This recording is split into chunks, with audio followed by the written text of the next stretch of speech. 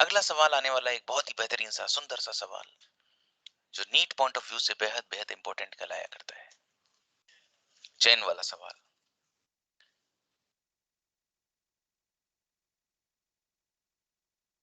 मुझे नींद ना आए, मुझे चैन ना आए, कोई जाए जरा ढूंढ के लाए। ये बच्चों वही चेन है। इसकी लंबाई कितनी है? एक्स है। और इसका कुछ हिस्सा बच्चों टेबल के ऊपर रखा हुआ है। कोफिशिएंट ऑफ फ्रिक्शन म्यू है। चेन का मास एम, चेन की लंबाई एल। लटके हुए हिस्से की लंबाई क्या होनी चाहिए कि चेन टेबल से ना फिसले? बच्चों ये जो हिस्सा है, इस हिस्से का जो वजन है वो उसको नीचे की तरफ खींचना चाहेगा, लेकिन यहाँ पे जो घर्षण है वो उसको बचाना चाहेगा। डुबोने वाले से बड़ा बचाने वाला होता है बच्चों। तो अगर एफ एल की वैल्यू इस लटके हुए भार के बराबर हो जाएगी, तब तक तो ये इसके ऊपर टिका हुआ रहेगा। और लटका हुआ भार एम जी, लेकिन टोटल मास एम, और ये होगा mu L into N. N यहाँ पे लगेगा और ये एन बराबर होगा एम जी, लेकिन एम क्या लिखूंगा बच्चों? अगर ये एक्स है तो ये एल माइनस एक्स हुआ कि नहीं हुआ? एकांक लंबाई का द्रव्यमान कितना होता है? M by L. तो एल माइनस एक्स लंबाई का कितना हो जाएगा? M by L into L minus X into G. ये इसका वजन हो गया और यही इसका नॉर्मलाइजेशन हो गया। ऊपर जो हिस्सा है उसका मास है इतना इंटू जी। स्मॉल एम लटके हुए हिस्से का द्रव्यमान। एकांक लंबाई का द्रव्यमान कितना है बच्चों? M by L. तो एक्स लंबाई का द्रव्यमान कितना हो जाएगा? Into X into G. M by L से एम बाई एल काट दिया, जी से जी काट दिया। Mu into L minus mu into X बराबर एक्स। म्यू इंटू एल बराबर mu X plus X. Mu L बराबर mu plus one into X. और एक्स की वैल्यू आई mu upon mu plus one into L. इस सूत्र को आपको याद रखना है बच्चों, ये डायरेक्ट आपके एग्जाम के अंदर मदद करेगा, क्योंकि इतना आप हर सवाल में सोल्व नहीं करेंगे। सवाल कुछ इस तरीके से आएगा, ये आपको करके बताना है कि चेन का एल बाई थ्री हिस्सा नीचे लटक रहा है, तो घर्षण गुणांक की वैल्यू कितनी होनी चाहिए?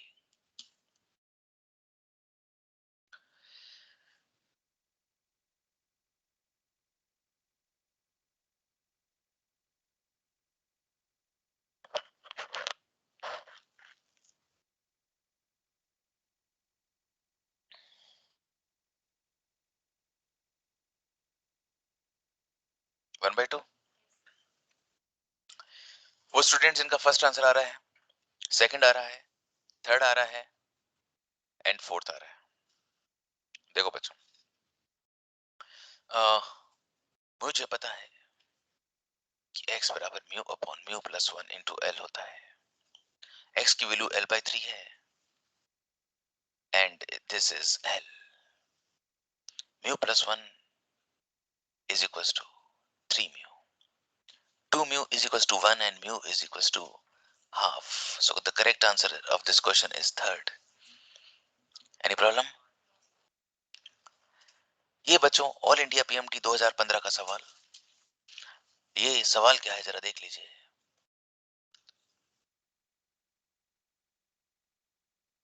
हाँ जी, कोई बात नहीं, मैं आपको समझा रहा हूँ बच्चों। यहाँ पर M2 द्रव्यमान लटका हुआ है और यहाँ पर ऊपर M1 द्रव्यमान है, एंड यहाँ पे जो कोफिशिएंट ऑफ काइनेटिक फ्रिक्शन है वो म्यू के है।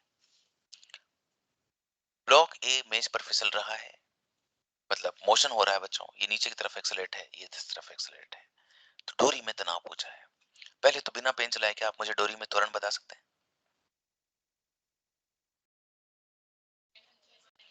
कितने बच्चों को पता चल गया कि त्वरण m2g upon m1 plus m2 होगा? देखते ही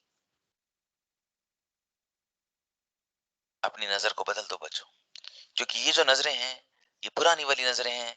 ये वो नजरें हैं जो फ्रिक्शन को नहीं देखा करती थी। जब सरफेसेस स्मूथ हुआ करती थी तब हम इस तरफ लगने वाला बल लेते थे m2g, लेकिन आज हमारे जीवन में घर्षण भी है। हाँ जी, ये घर्षण इसका विरोध करेगा। और बताओ कितना बल होना चाहिए? तो आप कहोगे गुरुजी m2g तो नीचे लाना चाहता है, लेकिन म्यू के इंटू एन इसको रोकना चाहता है अपॉन बॉडी का मास। ये है एक्सेलरेशन। ओके, अब जल्दी से मुझे तनाव निकाल के बता दो। जितने भी बॉयज हैं, जितने भी बॉयज हैं वो इस M1 का फ्री बॉडी डायग्राम बना के टेंशन निकालेंगे, और जितनी भी गर्ल्स हैं वो M2 का फ्री बॉडी डायग्राम बना के एक्सेलरेशन निकालेंगी। बॉयज को M1 का बनाना है, गर्ल्स को M2 का बनाना है।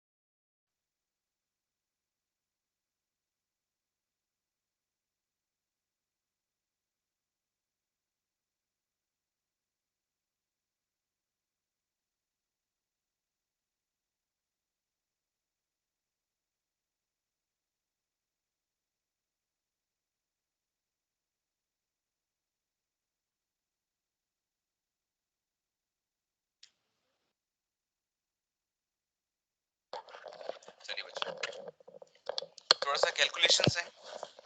सर फोर्थ फोर्थ आंसर आ रहा है हमारी बिटिया। आंसर जल्दी दिया है बॉयज के बजाय।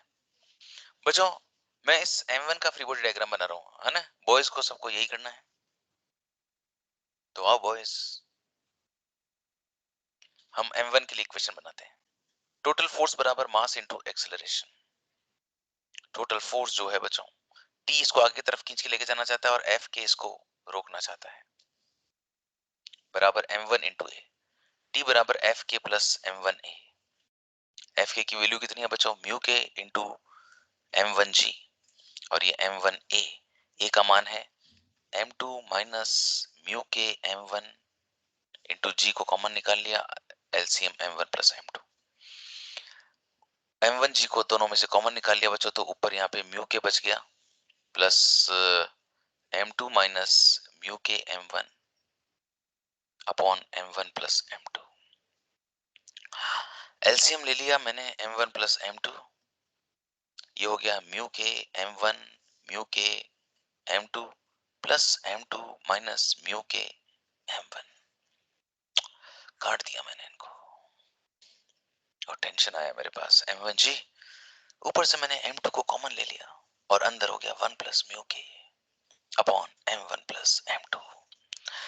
जब मैंने चारों ऑप्शंस की तरफ देखा तो मुझे पता चला कि मेरा आंसर तो चौथा आ रहा है। वो बच्चे, वो बॉयज अपना हाथ खड़ा करो जिनका ये आंसर आया। वो गर्ल्स अपना हाथ खड़ा करें जिनका ये आंसर आया। बहुत बढ़िया, ठीक है। ऊर्ध्वाधर दीवार पर घर्षण। बच्चों ये ऊर्ध्वाधर दीवार है और इसके ऊपर एक ब्लॉक रखा हुआ है, ठीक है। ये जो ब्लॉक है, जब आप इसको इस दीवार पे रखोगे तो ब्लॉक नीचे की तरफ फिसलना चाहेगा कि नहीं चाहेगा, बताओ मुझे। किसी के पास प्लास्टिक का ड्राइंग बॉक्स?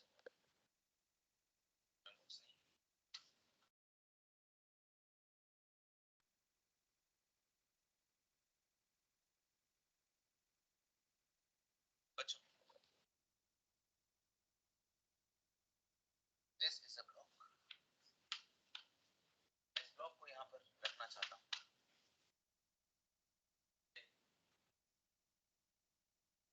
इसे बल लगाना पड़ेगा। अगर मैं ये बल हटा देता हूँ,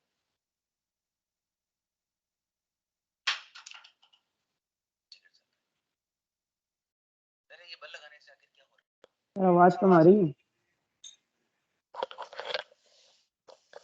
आवाज इसलिए कम आ रही है क्योंकि माइक हमसे दूर था। ये देखो, ये ब्लॉक है। इस ब्लॉक को अगर मेरे को यहाँ पे स्थिर रखना है तो मुझे बल लगा के रखना होगा, मेहंदी लगा के रखना, डोली सजा के रखना और यहाँ पे बल लगा के रखना, है ना। बोले तो हद करता भाई। ये जो है मैंने ब्लॉक यहाँ पे रख रखा है। ये ब्लॉक पे अगर मैं बल हटा देता हूं तो ये ब्लॉक नीचे गिर जाता है। क्यों गिरा? ये नीचे क्यों गिरा? बच्चों इसको ऊपर टिके रहने के लिए इसको नीचे कौन लेके जा रहा है? mg। mg लेके जा रहा है और जो इसको नीचे फिसलने से रोकेगा वो कौन होगा? फ्रिक्शन। mg नीचे की तरफ लग रहा है, फ्रिक्शन ऊपर की तरफ लगना चाहिए और फ्रिक्शन में इतना दम होना चाहिए कि वो mg को बैलेंस कर दे, है ना। लेकिन फ्रिक्शन किसके बराबर होता है? म्यू इंटू एन के। फ्रिक्शन लगने के लिए नॉर्मल रिएक्शन लगना जरूरी है और नॉर्मल रिएक्शन जो है वो mg हो नहीं सकता यहाँ पर, क्योंकि mg तो तब होता है जब कोई वस्तु ऐसे रखी होता है ना mg, और फिर नॉर्मल रिएक्शन होता है। लेकिन यहाँ पे नीचे सतह नहीं है तो नॉर्मल रिएक्शन कैसे लगना चाहिए बच्चों? यूं लगना चाहिए। अब यूं लगे इसके लिए मेरे को यहाँ पे इसको प्रेस करना पड़ेगा और इतना फोर्स होना चाहिए कि इतना नॉर्मल रिएक्शन लगे कि वो फ्रिक्शन mg को बैलेंस कर दे। मैंने बल तो लगाया लेकिन कम लगाया तो भी नीचे गिर गया, ठीक है ना। तो मुझे इतना पर्याप्त बल लगाना पड़ेगा। इस बल से क्या मिल रहा है बच्चों? नॉर्मल रिएक्शन मिल रहा है। मैं इसको जितने ज्यादा बल से इधर लगाऊंगा ना, नॉर्मल रिएक्शन उतना ज्यादा होगा और फ्रिक्शन भी क्या होगा? उतना ही ज्यादा होगा। बस मुझे इतना ही बल लगाना है कि ये टूटे नहीं, है ना, क्योंकि चूड़ी नहीं, ये मेरा दिल है।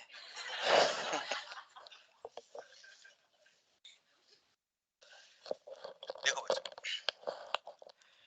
ये आपको बात समझ में आ गई बच्चों? ये जो इसके ऊपर बल लग रहा है वो कितना है बच्चों? mg। ये mg का बल नीचे की तरफ लगा बच्चों, इसको रोकने के लिए मुझे ऊपर की तरफ बल लगाना पड़ेगा। अच्छा, इधर की तरफ मेरे को बाएं बल लगाना पड़ेगा, तो इधर क्या लगेगा बच्चों? Normal reaction. अगर आप लोग चाहते हो कि ये ब्लॉक जो है दीवार पर टिका रहे, ब्लॉक दीवार पर टिका रहे, इसके लिए जो फ्रिक्शन है बच्चों उसकी वैल्यू mg से कम होनी चाहिए कि ज्यादा होनी चाहिए? ज्यादा होनी चाहिए। कम हो गया तो mg ले जाएगा नीचे। अच्छा, fl बराबर कितना होता है बच्चों? Mu L into N. और n बराबर कितना है बच्चों? mg नहीं, यहां पर n बराबर है f। तो आपसे कई बार पूछा जाता है कि बताओ कितना बल लगाना चाहिए कि इसके ऊपर से ना फिसले। तो this one is the answer. लेकिन इसे आपको याद नहीं करना, आपको याद ये कंडीशन रखनी है बच्चों, क्योंकि ऐसे बहुत सारे केसेस बनेंगे, कहां तक आप रिजल्ट्स याद रखेंगे, है ना? तो ये आपको सोचना पड़ेगा कि किसकी वैल्यू किससे ज्यादा होनी चाहिए। जैसे ये सवाल है, ये ट्रॉली है, ट्रॉली पर एक ब्लॉक है, ये ब्लॉक नीचे की तरफ फिसलना चाहता है क्योंकि mg इसको नीचे की तरफ लेके जाना चाहता है, लेकिन फ्रिक्शन इसको नीचे जाने से रोक दे तो ये इसके साथ साथ मूव करेगा। अब इधर की तरफ फ्रिक्शन तब लगेगा जब इधर नॉर्मल लगेगा। वहां तो मैं बल लगा रहा था, लेकिन यहां तो मैं भी नहीं हूं। अब क्या होगा बच्चों? इसके लिए हमने ट्रॉली को त्वरित किया है। जब भी किसी निकाय को त्वरित करते हैं तो वो एज इट्स वे निर्देश तंत्र बन जाता है और उस पर मूल त्वरण की विपरीत दिशा में एक छद्म त्वरण लगता है। इस पे लगेगा छद्म त्वरण। अगर मैं इसको बॉडी की मास से मल्टीप्लाई कर दूं तो आ जाएगा छद्म बल। जैसे ये छद्म बल इधर लगेगा बच्चों तो नॉर्मल रिएक्शन इधर लगेगा, फ्रिक्शन पैदा होगा और mg को बैलेंस करेगा। फ्रिक्शन फ्रिक्शन कहता है कि mg तुम कितने भी हो, बस मुझसे ज्यादा मत होना, नहीं तो तुम फिसल जाओगे। fl की value mu L into N होती है और n यहां पर ma प्रोड्यूस कर रहा है। मास से मास काट दो, त्वरण का मान आ गया g अपॉन म्यू और सही उत्तर हो गया तीसरा। अप्रोच बन रही है बच्चों, how to solve the problems. ठीक है। Friction on the incline plane. अब हम लोग नत तल पर चल रहे हैं, दिस इज नत तल और इसके ऊपर रखा हुआ एक ब्लॉक। नत तल कैसा होता है आओ मैं तुम्हें दिखाऊं। जैसे ये एक मोबाइल है, अभी ये समतल है, लेकिन अब ये नत तल है ना? जब ये किसी एंगल पे चला जाता है तो समतल क्या बन जाता है बच्चों? नत तल बन जाता है। और अब नत तल पर मैं किसी ऑब्जेक्ट के मोशन को स्टडी करने वाला हूं। इसके लिए मुझे एक वस्तु लेनी पड़ेगी और वो वस्तु है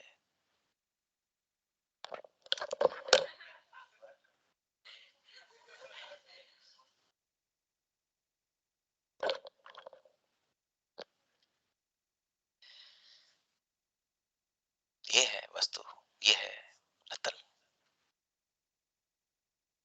ठीक है। अब मैं नत्तल का आनत कोण बढ़ाता जा रहा हूं, बढ़ाता जा रहा हूं, बढ़ाता जा रहा हूं, बढ़ाता जा रहा हूं, लेकिन वस्तु नीचे की तरफ नहीं जा रही, नहीं जा रही, नहीं जा रही, क्योंकि वस्तु और इसके बीच में जो संपर्क है वो काफी गहरा है। वस्तु जब ऊपर की तरफ जा रही होती है तो इस पर नीचे की तरफ कौन सा बल लगता है बच्चों? mg sin theta. और फ्रिक्शन इसके रिलेटिव मोशन का अपोज करता है। जब तक mg sin थीटा इस फ्रिक्शन को क्रॉस नहीं कर लेता तब तक नीचे नहीं फिसल सकता। जब तक बॉडी रेस्ट में है तब तक फ्रिक्शन सेल्फ एडजस्टिंग होता है, स्टैटिक फ्रिक्शन। तो जैसे जैसे आप थीटा बढ़ाओगे वैसे वैसे साइन थीटा बढ़ेगा। इधर की तरफ जो लगने वाला बल है वो mg sin थीटा होगा और जो फ्रिक्शन है वो सेल्फ एडजस्टिंग है, तो उसकी वैल्यू भी mg sin थीटा के बराबर करता रहेगा।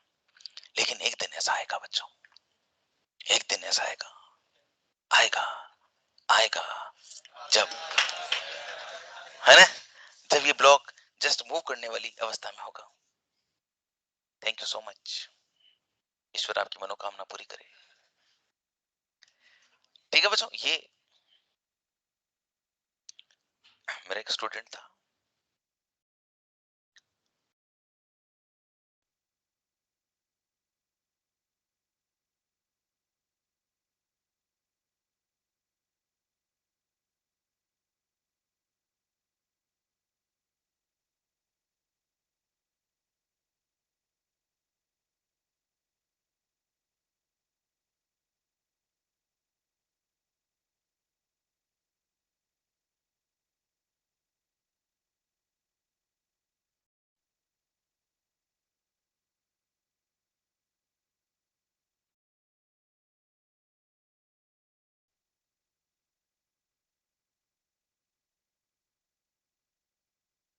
हाँ जी, ये है हमारा समतल जिसको हमने बना दिया है नत्तल।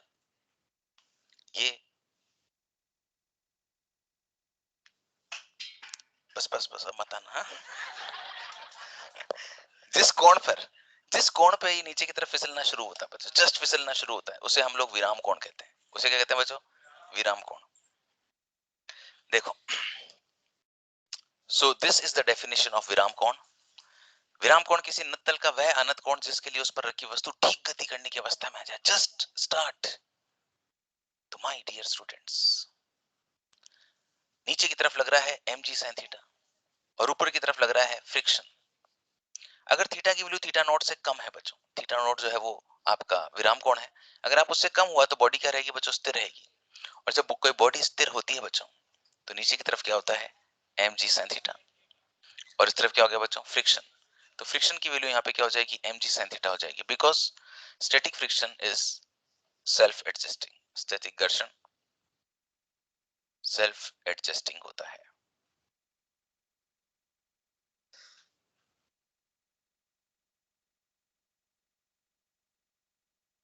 इसी तरह से जब थीटा बराबर थीटा नॉट होता है, तब क्या होता है? तब mg sin थीटा की वैल्यू ठीक लिमिटिंग फ्रिक्शन के बराबर हो जाती है ना? और इससे तो ज्यादा हो नहीं सकता। तो mg sin थीटा नॉट बराबर fl, और fl बराबर म्यू एल इंटू एन, और n बराबर कितना होता है? mg cos theta naught. mg से mg कट गया, एंड tan थीटा नॉट बराबर कितना हो गया बच्चों? Mu L. ये थीटा नॉट जो होता है ये एंगल ऑफ रिपोज होता है, विराम कोण कहते हैं इसको। इसकी वैल्यू कितनी होती है बच्चों? tan inverse mu L. ठीक है। अच्छा, अब क्या होता है बच्चों कि जब थीटा की वैल्यू थीटा नॉट से ज्यादा हो तो क्या होगा? ज्यादा होगा तो ऑब्वियसली बॉडी मूव करेगी बच्चों, मोशन आएगा। नीचे की तरफ कितना लग रहा है बच्चों? mg sin theta. और जो फ्रिक्शन लगेगा, क्योंकि मोशन में जो फ्रिक्शन होता है वो काइनेटिक फ्रिक्शन लगता है, और उसकी वैल्यू किसके बराबर होगी? म्यू के इंटू एन की। मेरा प्यारा बच्चा, एन बराबर कितना होता है? mg cos theta. अगर मुझे त्वरण निकालना हो तो total force upon total mass होता है। नीचे की तरफ mg sin theta minus mu K into N mg cos theta upon mass. Mass से मास काट दिया, ए बराबर G sin theta minus mu K cos theta. आज के बाद ये फॉर्मूला आपके जीवन का एक महत्वपूर्ण फॉर्मूला है ना? घर्षण युक्त सतह पे नीचे की तरफ त्वरण कितना होता है बच्चों? जी sin theta minus mu K cos theta. मित्र, आप कहां सोच रहे हो? कहां था आपका दिमाग? अगर स्मूथ सरफेस हो मित्र, तो म्यू के की वैल्यू जीरो हो जाएगी, ये वाली पूरी चीज जीरो हो जाएगी, और नीचे की तरफ कितने त्वरण से जाएगा? जी sin थीटा से। No problem. दो महत्वपूर्ण सवाल बच्चों। पहला सवाल, दो आइडेंटिकल प्लेन्स हैं बच्चों, बिल्कुल एक जैसे, ये जैसा है वैसा ही दिखने में ये भी है, लेकिन एक स्मूथ है बच्चों और एक रफ है। यहां से मैंने एक ऑब्जेक्ट को रिलीज किया और यहां से भी मैंने एक ऑब्जेक्ट को रिलीज किया। जब मैं दोनों ऑब्जेक्ट्स को रिलीज करूंगा तो नीचे की तरफ फिसलते हुए आएंगे। इसे ऊपर से नीचे आने में टी समय लगेगा, लेकिन इसे एन गुना ज्यादा समय लगेगा, क्योंकि रफ सरफेस है। मुझे इसका म्यू चाहिए। दोनों बिल्कुल एक जैसी सतह है। बताओ इसका त्वरण कितना होगा इस तरफ? G sine theta. और इसका कितना होगा? G sine theta minus mu cos theta. आओ बच्चों, म्यू की वैल्यू निकालें। पहली बात तो ये, इस म्यू का जो फॉर्मूला आएगा वो आपको याद रखना है। इसका फॉर्मूला आता है टेन थीटा 1 - 1/n²। जो लंबाई इस नत्तल की है वही लंबाई इस नत्तल की है। ये इस तरफ त्वरण जी साइन थीटा और इस तरफ त्वरण G sine theta minus mu cos theta, mu K cos theta. दोनों के लिए मैं सेकंड इक्वेशन लगा दूं, s बराबर ut plus half at square. s बराबर ut plus half at square. तो क्या बच्चों, मैं यहाँ पे s बराबर इसको जीरो रख दूं बच्चों, half g sine theta into t square and half g sine theta minus mu cos theta. Done है? क्या मैं दोनों को बराबर रख सकता हूँ?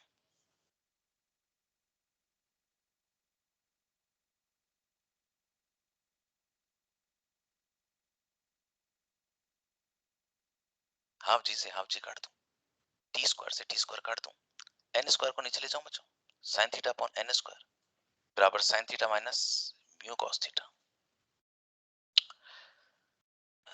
म्यू कॉस थीटा बराबर sine theta minus sine theta upon N square. Sine theta को मैंने कॉमन निकाल लिया, 1 minus 1 upon N square mu cos theta. Mu बराबर tan theta into 1 minus 1 upon N square. ये तो मैंने पूरा सॉल्व किया बच्चों, बाकी आपको रिजल्ट भी याद रखना है। हमेशा जब भी पूछा गया बच्चों एग्जामिनेशंस में, तो हमेशा थीटा की वैल्यू 45 डिग्री लेके पूछा गया है। tan 45 की वैल्यू 1 हो जाती है और म्यू बराबर 1 माइनस 1 अपॉन एन स्क्वायर हो जाता है। कोई दिक्कत है? थीटा अनति के अनंत तल का ऊपरी भाग पूर्णतः चिकना है जबकि निचला भाग खुरदरा है। समतल के शिखर पर विराम से गति प्रारंभ करता है, ब्लॉक पेंदे पर पुनः विराम में आ जाता है यदि ब्लॉक तथा समतल के निचले आधे के मध्य घर्षण गुणांक कितना है। बच्चों देखो ये क्वेश्चन कैसे करना है, क्वेश्चन के पहले मैं आपको समझाता हूँ, आप लोग खुद करना। ऊपर वाला हिस्सा कैसा है बच्चों? स्मूथ है आधा, और नीचे वाला कैसा है बच्चों? रफ। यहाँ से एक ब्लॉक ने फिसलना शुरू किया और यहाँ पर आएगा तो उसका कोई वेग आ जाएगा, फिर वो उस घर्षण युक्त सतह में फिर से स्लो होता है और फाइनली वेग कितना हो जाता है? 0, पुनः विराम में आ जाता है। यदि ब्लॉक समतल के निचले आधे के मध्य घर्षण गुणांक कितना, मतलब आपको यहाँ पे म्यू बताना है। बच्चों जो प्रथम आधा हिस्सा है इसकी जो लंबाई है अगर मैं x मानूंगा तो आगे वाले की भी कितनी हो जाएगी? x हो जाएगी। बच्चों अगर मैं यहाँ पे त्वरण देखता हूँ, यहाँ तो त्वरित होगा नहीं जी साइन थीटा से, और यहाँ पर क्या होगा बच्चों? मंदित होगा, इसलिए तो वेग कम हो रहा है। तो आप लोगों को क्या करना है कि जैसे ये पॉइंट ए है, ये पॉइंट बी है और ये पॉइंट सी है, पहले आपको ए से लेकर बी तक थर्ड इक्वेशन लगानी है और फिर आपको बी से लेकर सी तक थर्ड इक्वेशन लगानी है, क्योंकि प्रारंभिक और अंतिम वेग की बात हो रही। जो इस गति का अंतिम वेग होगा वो इस गति का प्रारंभिक वेग होगा, और मुझे म्यू निकाल के बताइए।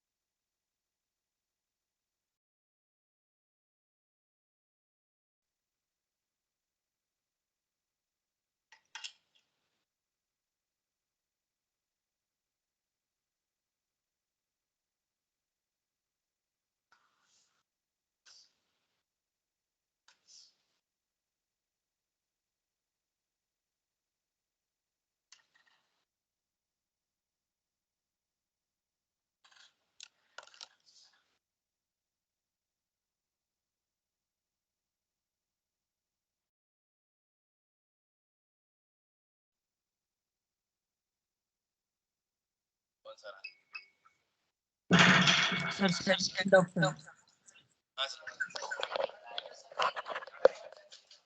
कितने बच्चों का फर्स्ट आ रहा है, कितने बच्चों का सेकंड आ रहा है, और कितने बच्चों का थर्ड आ रहा है, और कितने बच्चों का फोर्थ आ रहा है? देखो बच्चों जब ये ऊपर से नीचे की तरफ आया बच्चों, तो मैंने सबसे पहले यहाँ पे थर्ड इक्वेशन लगाई, वी स्क्वायर बराबर यू स्क्वायर प्लस 2s। देखो बच्चों u बराबर कितना है? 0 है, और a बराबर कितना है? g sin थीटा, और ये कितना है बच्चों? x। अच्छा थर्ड इक्वेशन लगाऊंगा जब मैं, तो ये यहाँ से यहाँ तक लगाऊंगा, ये अंतिम वेग है, ये प्रारंभिक वेग है, तो आप इक्वेशन लगाओगे वी स्क्वायर बराबर यू स्क्वायर प्लस 2as, ये तो 0 हो जाएगा। जो प्रारंभिक वेग है वो 2g sin theta into x लिखूंगा, नहीं लिखूंगा, प्लस 2a, यहाँ पे क्या लिखूंगा? g sin theta minus mu K cos theta into x. अब कई बच्चे क्या करते हैं बच्चों, यहाँ पे माइनस लगा देते हैं, है ना। जो बच्चे यहाँ पे माइनस नहीं लगाना है, क्यों नहीं लगाना है? क्योंकि ये जी sine theta minus mu K cos theta, ये दो टर्म्स है अंदर। जब त्वरित होता है ना तब साइन थीटा ज्यादा होता है इससे, और जब मंदित होता है ना तो साइन थीटा कम होता है और ये ज्यादा होता है, तो ऑलरेडी माइनस अंदर लगा हुआ है, तो यहाँ पर आपको माइनस नहीं लगाना है। अब मैंने क्या किया, इस 2g sin theta into x को इधर की तरफ ले आया, और ये हो गया आपका 2g sin theta minus mu K cos theta into x. 2g से 2g कट गया बच्चों, x से x कट गया, माइनस साइन थीटा बराबर sine theta minus mu K cos theta. Mu K cos theta को इस तरफ लेके गया, बराबर sine theta plus sine theta,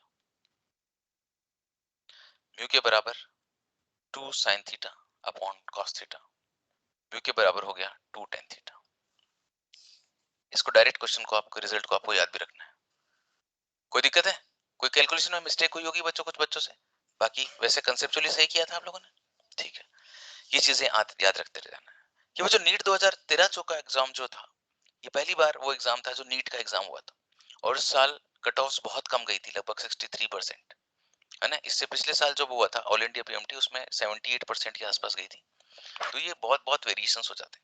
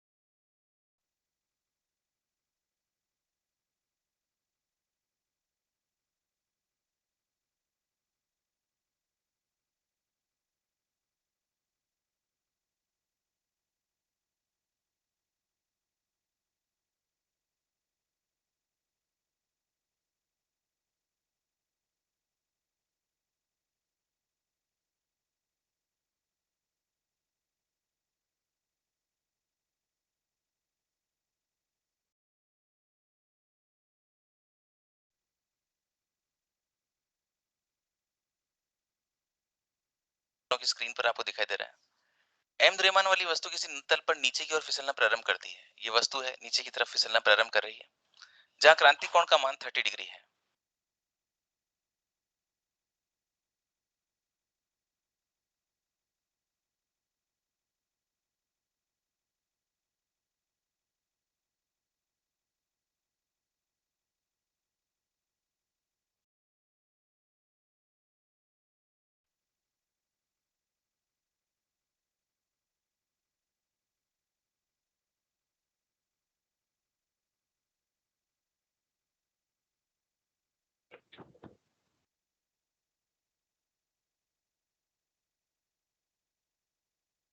question करते हैं। हाँ, वो 11वीं में थे उस समय। एसीबी बराबर कितना बचा? 30 डिग्री। ये 30 डिग्री का एंगल है, ये 30 डिग्री का एंगल है गतिक घर्षण गुणांक। एक्चुअली गतिक मत करो इसको, आप इसको सीमांत घर्षण गुणांक कर लो। सीमांत घर्षण गुणांक का मान बताओ। क्रांतिक कोण इतना है, क्रांतिक कोण का मतलब विराम कोण मान के चलिए। क्रांतिक कोण, हाँ जी। कितने बच्चों का आंसर थर्ड आ रहा है? ओके बच्चों, हमेशा कभी भी इस कोण पे मत जाना जो आपको यहाँ पे लिखा वो हो। इस वाले पे जाना। ये कितना बच्चों 60 डिग्री। तो ये बच्चों म्यू बराबर कितना हो जाएगा, म्यू बराबर tan थीटा, एंड थीटा कितना बच्चों 60 डिग्री, और tan 60 की वैल्यू कितनी होती है √3। डन, कोई दिक्कत है? फ्रिक्शन अप द इंक्लाइन, अगर कोई बॉडी फ्रिक्शन किसी इंक्लाइन प्लेन के ऊपर की तरफ चढ़ रही हो बच्चों, ऐसे v वेग से अगर कोई वस्तु ऊपर की तरफ चढ़ रही है, तो बच्चों g sin थीटा आपको पता है नीचे की तरफ लगता है। लेकिन अगर ये ऊपर की तरफ चढ़ेगी तो g sin थीटा तो नीचे की तरफ लगेगा, फ्रिक्शन भी तो नीचे की तरफ लगेगा। तो इस पे जो फ्रिक्शन है ये तो कितना है बच्चों g sin थीटा, मतलब फोर्स की बात करूं तो mg sin थीटा, अगर फ्रिक्शन की बात करूं तो वो mu into N, mu into M जी कॉस थीटा। तो अगर ऊपर की तरफ चढ़ रहा है, तो अगर मैं मंदन की बात करता हूँ बच्चों, सबसे पहले मंदन बराबर हो जाएगा टोटल फोर्स अपॉन टोटल मास।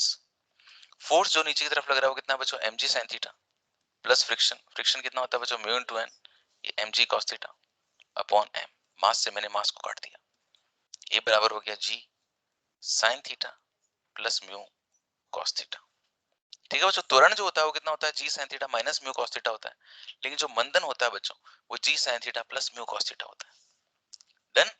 इस मंदन से जब जाएगा तो स्टॉपिंग डिस्टेंस अगर आपको निकालने के लिए कोई बोलता है तो आप बोलते हो sir you square upon 2a, और यू स्क्वायर अपॉन 2a और a का मान कितना हो जाएगा G sine theta plus mu cos theta.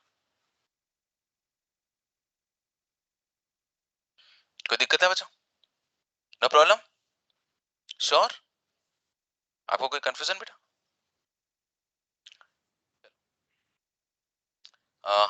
एक मिनट, नया एक टॉपिक है ब्लॉक एंड ब्लॉक, ये रहा। ठीक है, ब्लॉक ऑन द ब्लॉक, ये एक ऐसा प्रोफाइल है जो बहुत ज्यादा, जिसमें से नीट में क्वेश्चन नहीं पूछे जाते, लेकिन बच्चे इसको लेकर काफी परेशान रहते हैं। तो मैं आपको पहले बता देता हूँ, उसको लेकर बहुत ज्यादा टेंशन मत लेना। हाँ, इसको समझने का प्रयास करना, है ना, पर बहुत ज्यादा डीप में कोई जाने की जरूरत नहीं है, unnecessary. Block on the block, एक ब्लॉक के ऊपर अगर मैं दूसरा ब्लॉक रख दूं तो देखो दोनों के बीच में मोशन कैसा होता है। जैसे एक ब्लॉक ब्लॉक के ऊपर मैंने दूसरा ब्लॉक रख दिया, ऊपर वाले का मास कितना है m1 और नीचे वाले का मास कितना है m2, ये ब्लॉक ए, ये ब्लॉक बी। बच्चों ये भी सरफेस स्मूथ है और ये वाली सरफेस भी स्मूथ है, और इसके ऊपर मैंने जो फोर्स लगाया है वो कितना लगाया है बच्चों, एफ लगाया है। ठीक है बच्चों, अगर फ्रिक्शन होता है इनके बीच में, अगर यहाँ पे फ्रिक्शन होता है या यहाँ पे फ्रिक्शन होता तो संपर्क बल लगता और वो एक बॉडी से दूसरी बॉडी में ट्रांसफर होता, लेकिन यहाँ पे किसी प्रकार का ट्रांसफर नहीं होगा फोर्स, क्योंकि फ्रिक्शन नहीं है। तो मैं इस क्वेश्चन को सॉल्व करने के लिए सबसे पहले फ्री बॉडी डायग्राम बनाया करता हूँ। ये मैंने फ्री बॉडी डायग्राम बनाया, ये m2, ये m1, ये फोर्स कितना लगा बच्चों F, यहाँ पे कोई फ्रिक्शन नहीं, फ्रिक्शन नहीं है तो अगर फ्रिक्शन होता तो बच्चों इसको आप इस तरफ लेके जाते तो इस पे फ्रिक्शन कैसे लगता बच्चों, इस तरफ, और इस पे फ्रिक्शन किधर लगता, आगे की तरफ, लेकिन यहाँ पे किसी प्रकार का कोई फ्रिक्शन नहीं लगेगा। तो अगर मैं एक्सेलरेशन निकालता हूँ ऊपर वाले का और नीचे वाले का, तो ऊपर वाले को अगर मैं ए बोलता हूँ, नीचे वाले को बी बोलता हूँ, बच्चों ए का एक्सेलरेशन बराबर 0 आ जाएगा क्योंकि कोई फोर्स ही नहीं लग रहा, और बी का अगर मेरे को एक्सेलरेशन निकालना हो तो इस पे फोर्स कितना लग रहा है एफ, और मास कितना है m2। अब बच्चों होगा क्या, ये ब्लॉक तो अपनी जगह पे टिका रहेगा और ये वाला जो ब्लॉक है इसके नीचे से निकलना शुरू कर देगा। जब ये पूरा निकल जाएगा इसके नीचे से तो m1 नीचे गिर जाएगा ना, है ना। चलो मैं आपसे सवाल पूछता हूँ कि अगर मैं नीचे वाला ब्लॉक लेता हूँ और इस नीचे वाले ब्लॉक की लंबाई 10 मीटर लेता हूँ, नीचे वाले ब्लॉक का मास 2 kg लेता हूँ, और मान लीजिए कि इस ऊपर 4 न्यूटन का बल लगा देता हूँ, इसके ऊपर एक दूसरा मास रखा हुआ है जो 1 kg का है। मैं आपसे पूछता हूँ सारी सरफेसेस स्मूथ है तो 1 kg का ब्लॉक कितनी देर में नीचे गिर जाएगा?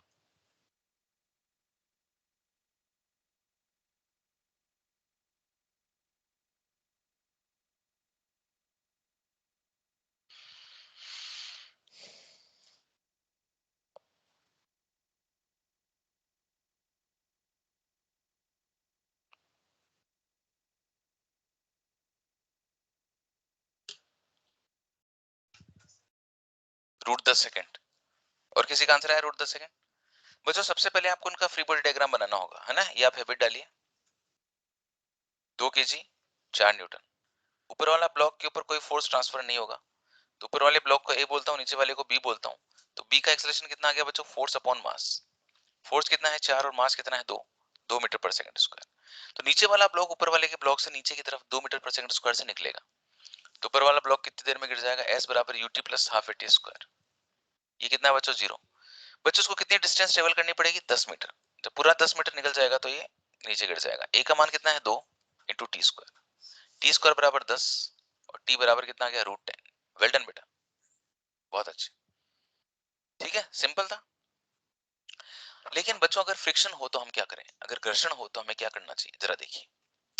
ये स्टेप्स आपकी हेल्प करेंगे जो मैं आपको बता रहा हूं। सबसे पहले ये मान लो कि दोनों ब्लॉक साथ में मूव करेंगे, है ना। सबसे पहले हम लोग मान लेंगे कि दोनों साथ में मूव करेंगे, अर्थात दोनों का त्वरण क्या होगा, समान होगा। जैसे मान लीजिए कि ये दो ब्लॉक हैं और यहां तो म्यू बराबर 0 है, मैंने फोर्स F लगाया, लेकिन यहाँ पे ये आपस में इनके इरेगुलरिटीज हैं, जिसके कारण के बीच में खांचे बने हुए हैं। ये खांचे एक दूसरे को अलग होने से रोकेंगे। तो जैसे मैं इसके ऊपर फोर्स लगाऊंगा बच्चों F, तो अगर ये खांचे इतने हुए कि इनके बीच में जो फ्रिक्शन लगेगा वो इतना ना हो कि जो इनके इनको सेपरेट कर पाए, तो पूरा सिस्टम साथ में मूव करेगा। तो पहले मैं मान लूंगा कि पूरा सिस्टम साथ में मूव कर रहा है। साथ में मूव करने का मतलब है कि इसका त्वरण और इसका त्वरण आपस में क्या होना चाहिए, बराबर होना चाहिए। तो मैंने क्या किया कि सबसे पहले इसके ऊपर फोर्स लगाया F, और यहाँ पे जो फ्रिक्शन है वो कितना लगेगा बच्चों, स्मॉल f, और यहाँ पे फ्रिक्शन कितना लगेगा, स्मॉल f। क्योंकि ये हमेशा युग में पाया जाता है संपर्क बल, एक इस बॉडी पर इधर लग रहा है तो इस वाली बॉडी पे इस तरफ लगेगा, इस पे अगर यूं लगता तो इस पे यूं लगता, इस पे F ऐसे लगा और इस पे F ऐसे लगा। अब मैं क्या करूंगा, इस इंफॉर्मेशन से ऐसा मानकर कि दोनों साथ में मूव कर रहे हैं, अगर दोनों साथ में मूव कर रहे हैं तो A का एक्सेलरेशन और B का एक्सेलरेशन क्या होना चाहिए बच्चों, बराबर। तो B का एक्सेलरेशन कितना होगा बच्चों, F माइनस F अपॉन इसका मास, और A का एक्सेलरेशन कितना होगा, इस पे फोर्स कितना है, F अपॉन इसका मास। इस इंफॉर्मेशन का यूज करके मैं F निकाल लेता हूँ, फ्रिक्शन। क्या निकालूंगा, फ्रिक्शन। मैं बिल्कुल ऐसा मान के कि दोनों साथ में मूव कर रहे हैं, फ्रिक्शन निकालूंगा। अच्छा, और मैं इन दोनों का FL भी निकाल लूंगा अलग से। FL बराबर क्या होगा, म्यू एल इंटू एन, ये मैं अलग से निकाल लूंगा। अब क्या होगा बच्चों कि मैं ये इस F को देखूंगा, मेरे पास दो केसेस हो सकते हैं, या तो जो F है ये FL से कम आए, या फिर F FL से ज्यादा है। बच्चों FL तो वो अधिकतम घर्षण बल होता है ना जो हो सकता है, तो F की वैल्यू कम आएगी, इसका मतलब है सब कुछ सही चल रहा है, इसका मतलब दोनों साथ में मूव करेंगे, है ना, और फ्रिक्शन इतना ही लगेगा जितना मैंने कैलकुलेट किया है। लेकिन अगर मेरा F FL से ज्यादा आ गया, इसका मतलब है ये कंडीशन रियलिस्टिक नहीं है, क्योंकि F का मान FL से ज्यादा नहीं हो सकता। इसका मतलब ये दोनों ब्लॉक एक साथ में मूव नहीं करेंगे, क्योंकि ये चीज हो नहीं सकती। और अगर ये चीज हो नहीं सकती, इसका मतलब है दोनों ब्लॉक सेपरेट होकर मूव करेंगे। दोनों ब्लॉक सेपरेट होकर मूव करेंगे तो दोनों का त्वरण क्या होगा बच्चों, अलग अलग होगा।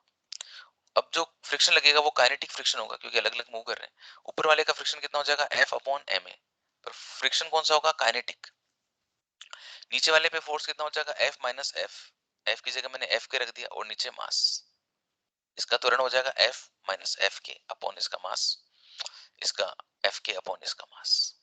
क्या करना है, सबसे पहले दोनों को साथ में मानना है, साथ में मान के F निकालना है। F अगर FL से कम आ जाए तो दोनों साथ ही मूव कर रहे हैं, और नहीं आए, इसका अलग अलग मूव कर रहे हैं, तब इनके बीच में क्या लगेगा, काइनेटिक फ्रिक्शन। इतनी सी बात है। देखो, जब तक हम सवाल नहीं करते तब तक हमको पता नहीं चलता। पहली बात तो एक बार मैं फिर से स्टेप्स बता रहा हूँ। सबसे पहले मान लो कि दोनों ब्लॉक साथ में गति कर रहे हैं, अर्थात दोनों का त्वरण समान है। ऐसा मानकर ब्लॉक्स के बीच में फ्रिक्शन निकालो, माना कि वो F है, F का मान FL से कम आ गया तो दोनों साथ में मूव करेंगे और फ्रिक्शन F ही होगा, और F की वैल्यू अगर FL से ज्यादा हो गई तो दोनों अलग अलग त्वरण से गति करेंगे।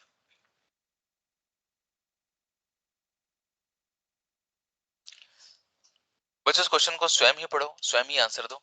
इसमें दोनों ही सरफेसेस स्मूथ हैं।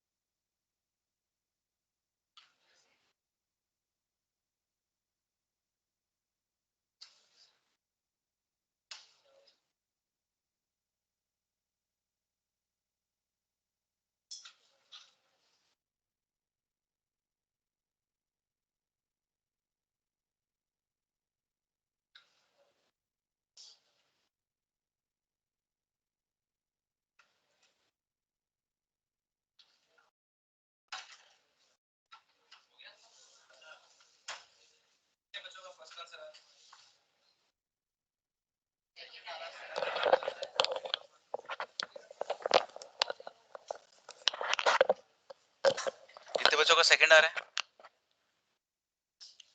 कितने बच्चों का थर्ड आ रहा है, और कितने बच्चों का फोर्थ आ रहा है? देखो प्यारे बच्चों, बिल्कुल सही आंसर दिया आप लोगों ने, third is the correct answer. सबसे पहले मैंने दोनों का फ्री बॉडी डायग्राम बनाया। इस पे अगर 10 न्यूटन का फोर्स है, इस पे कोई फोर्स ट्रांसफर नहीं होगा। पहले मैंने इसका एक्सेलरेशन निकाल लिया, फोर्स अपॉन मास, 10 न्यूटन का बल अपॉन 5, 2 मीटर पर सेकंड स्क्वायर, ये इसका त्वरण है। अगर इसका त्वरण इतना है तो ये कितनी देर में इससे नीचे गिर जाएगा? तो ऊपर वाले पे तो कोई फोर्स लग नहीं रहा है, तो s बराबर ut plus half A T square, ये तो जीरो है। s का मान कितना है बच्चों? 16 सेंटीमीटर। त्वरण कितना है बच्चों? 2, and this is t square, root 16 into 10 की पावर माइनस 2, 4 इंटू 10 की पावर माइनस 1, 0.4 सेकेंड। कोई दिक्कत है बच्चों? सिंपल। अब की बार मैं फ्रिक्शन दे रहा हूं आपको। बच्चों देखो क्या सवाल है, 40 किलोग्राम की एक पट्टी, दिस इज पट्टी बच्चों, नीचे वाला ब्लॉक बी, और एक घर्षण रहित फर्श पर नीचे फ्रिक्शन नहीं है। इस पट्टी के ऊपर 10 किलोग्राम का ब्लॉक विरामावस्था में रखा है। ब्लॉक और पट्टी के मध्य घर्षण गुणांक 0.4 है, मतलब यहाँ पे म्यू की वैल्यू 0.4 है। अगर आपको सिर्फ म्यू दिया हुआ होता है, म्यूएल और म्यू के अलग अलग नहीं दिए हुए होते, तो आप उसी को म्यूएल मानो, उसी को म्यू के मान लेना। म्यूएल भी 0.4 है और म्यू के भी 0.4 है। 10 किलोग्राम के ब्लॉक पर मैंने 100 न्यूटन का बल लगाया है। यदि जी बराबर इतना हो तो पट्टी का परिणामी त्वरण कितना है, इसका त्वरण बताना। पहली बात तो मुझे आपको ये बताओ कि इन ये दोनों जो है वो साथ में मूव करेंगे या अलग अलग मूव करेंगे? तो मैं शुरू पे मैं ऐसा मान के चल रहा हूँ कि माना दोनों साथ मूव करेंगे। अगर दोनों साथ मूव करेंगे तो बच्चों ये ऊपर वाला और ये नीचे वाला, ऊपर वाले पे कितना बल लग रहा है बच्चों? 100 न्यूटन। इस पे फ्रिक्शन कैसे लगेगा बच्चों? यू। और इस पे फ्रिक्शन कैसे लगेगा? आगे। ये 10 केजी का और ये 40 केजी का। चलो मैं पहले अलग से एफएल निकाल लेता हूँ। उसकी वैल्यू क्या होगी बच्चों? म्यूएल इंटू एन। और एन बराबर क्या होगा बच्चों? एम जी। म्यूएल कितना होगा बच्चों? 0.4 दिया हुआ है। एम कितना लिखूं? 10। क्योंकि मुझे जो ये जो फ्रिक्शन लग रहा है ना बच्चों, यहाँ लग रहा है इस जगह पे, यहाँ नहीं लग रहा। यहाँ लगता तो मैं 50 लिखता, बट यहाँ लग रहा है तो केवल इसके ऊपर वाला मास आएगा ना। यहाँ तो फ्रिक्शन है ही नहीं ना नीचे, तो भाई नीचे जो है वो फ्रिक्शन नहीं है, फ्रिक्शन केवल यहाँ है। तो आपने बोला कि गुरुजी देखो 40 न्यूटन आ गया। अब यहाँ से आप एफ निकालो, दोनों का जो त्वरण है वो बराबर मान लो, अगर दोनों साथ में मूव कर रहे हैं तो, और फिर एफ निकाल के बताओ, और फिर देखोगे कि दोनों साथ में मूव करेंगे कि अलग अलग करेंगे।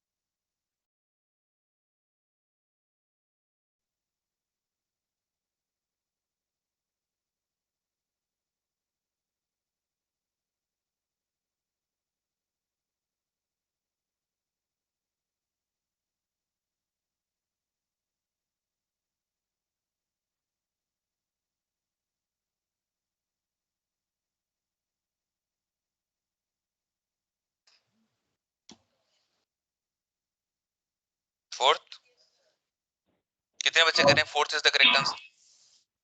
कितने बच्चे कह रहे हैं first is the correct answer? देखो सबसे पहले तो बात ये है कि दोनों साथ में मूव करेंगे कि नहीं करेंगे। सो कम ऑन गाइस, सबसे पहले देखो ए का एक्सेलरेशन, ए ऊपर वाला है तो एफ माइनस 100 अपॉन मास कितना है बच्चों? 10। नीचे वाले पे फ्रिक्शन कितना है? एफ, और मास कितना है? 40। ये कट गया बच्चों, ये 4 इधर चला गया, एफ माइनस 100 बराबर एफ, 4f माइनस 400 बराबर एफ। सही कर रहा हूँ क्या बच्चों मैं? मुझे लग रहा है कुछ गड़बड़ कर रहा हूँ मैं।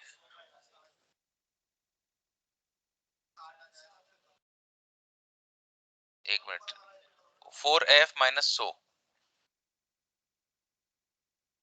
एक मिनट, हाँ एक मिनट, हाँ बिल्कुल बिल्कुल, 100 माइनस एफ होगा ना बच्चों, क्योंकि जिस तरफ सिस्टम मूव करता है वही वाला तो फोर्स ज्यादा होता है।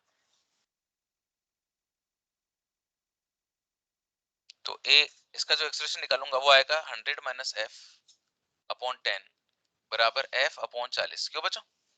अच्छा ये कट गया, तो ये 4 इंटू 100 माइनस एफ बराबर एफ, 400 माइनस 4f बराबर एफ, 400 बराबर 5f, एफ बराबर 400/5। ये बच्चों 80 न्यूटन आया कि नहीं है? एफ की वैल्यू कितनी है बच्चों? 80 न्यूटन। और एफएल कितना बच्चों? 40 न्यूटन।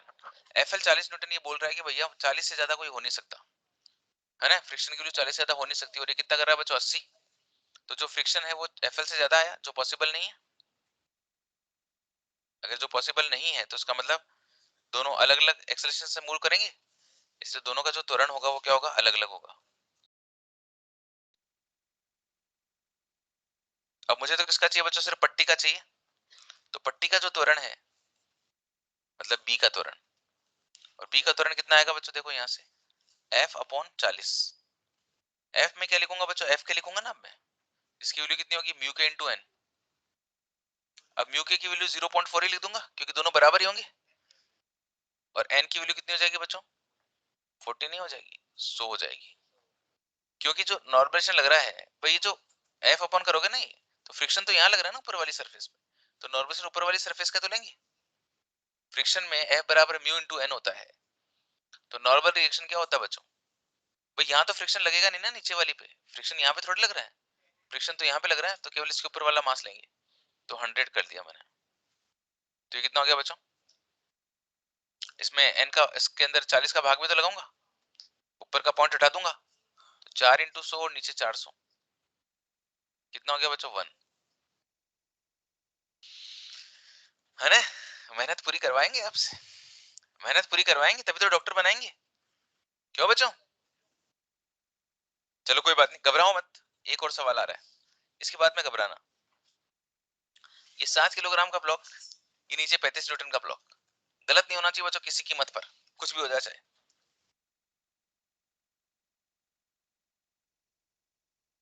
ये 35 किलोग्राम का ब्लॉक, ये 7 किलोग्राम का ब्लॉक, ये फोर्स लगा बच्चों एफ, ऊपर फ्रिक्शन है बच्चों म्यू और म्यू के अलग अलग दिए हुए, और नीचे स्मूथ सरफेस है।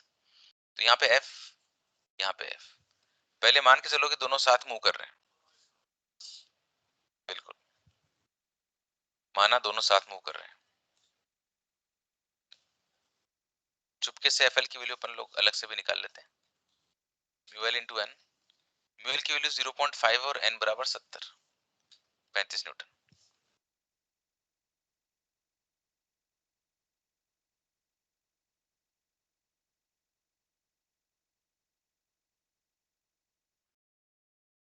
एफ का मान 100 न्यूटन है बच्चों।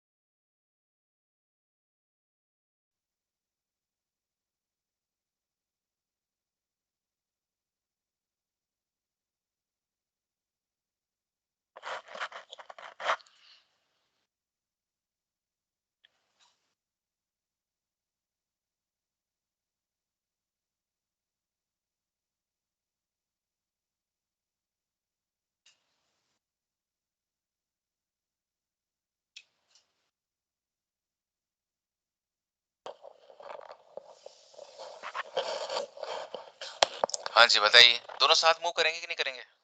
करेंगे ना। कितने लोगों को पता चल गया कि साथ में मूव करेंगे, और कितने लोग बोल रहे हैं कि साथ में मूव नहीं करेंगे गुरुजी? देखो बच्चों, सबसे पहले एफ निकाला, इससे 5 बार काटा, 5 into 100 minus F is equal to F, 500 minus 5f is equal to F, 500 is equal to 6f, F is equals to 500/6 कितना हुआ बच्चों 83.3 और लिमिटिंग फ्रिक्शन कितना है 35। तो बच्चों F का मान 35 से ज्यादा मिला कि नहीं मिला, इसका मतलब साथ में मूव नहीं करेंगे, नहीं करेंगे ना, है नहीं करेंगे, ये दोनों साथ में मूव नहीं करेंगे, अलग अलग करेंगे, क्योंकि फ्रिक्शन की वैल्यू FL से ज्यादा कैसे हो सकती है, FL 35 है ना भाई, और आपने कितना निकाला, अगर साथ में मान के करते हो तो 83.3 आ रहा है, 83.3 35 से ज्यादा है, लिमिटिंग फ्रिक्शन 35 है भाई, फ्रिक्शन इसका मतलब है फ्रिक्शन 35 से ज्यादा नहीं हो सकता, अगर आपने साथ में माना तो 35 से ज्यादा रहा है, इसका मतलब साथ में वो नहीं कर रहे हैं, अलग अलग कर रहे हैं।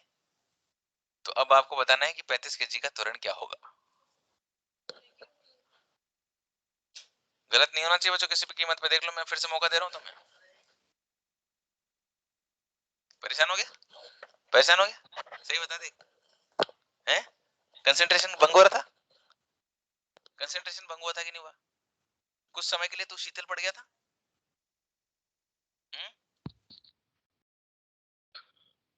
बोलो गुरुजी मुझे पता नहीं चल रहा है कि साथ में कब मूव करते हैं, अलग अलग कब हो रहा है, फ्रिक्शन क्यों निकाल रहे हो।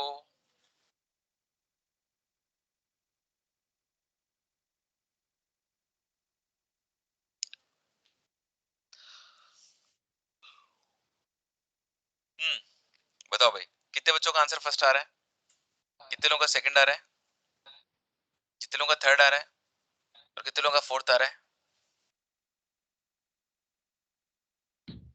सिर्फ आपका ही फोर्थ आ रहा है, आपने कोई गलती तो नहीं करी, आपने आपने कोई गलती तो नहीं करी, आओ जरा देखें, इतने सारे लोग सेकंड कर रहे हो कि आप दो ही फोर्थ कर रहे हो।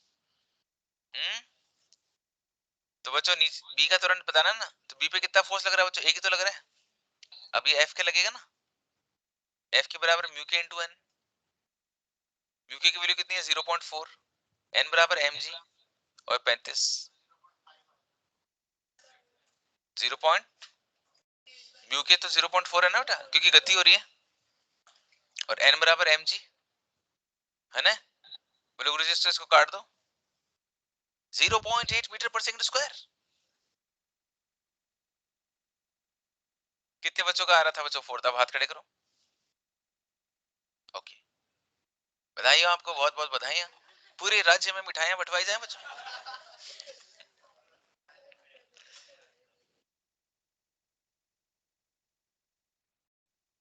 खाद्य मंत्री को बुलाया जाए।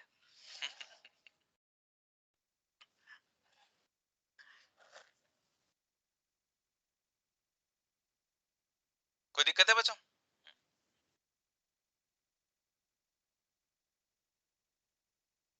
वो ज्यादा दिक्कत तो नहीं हो रही है।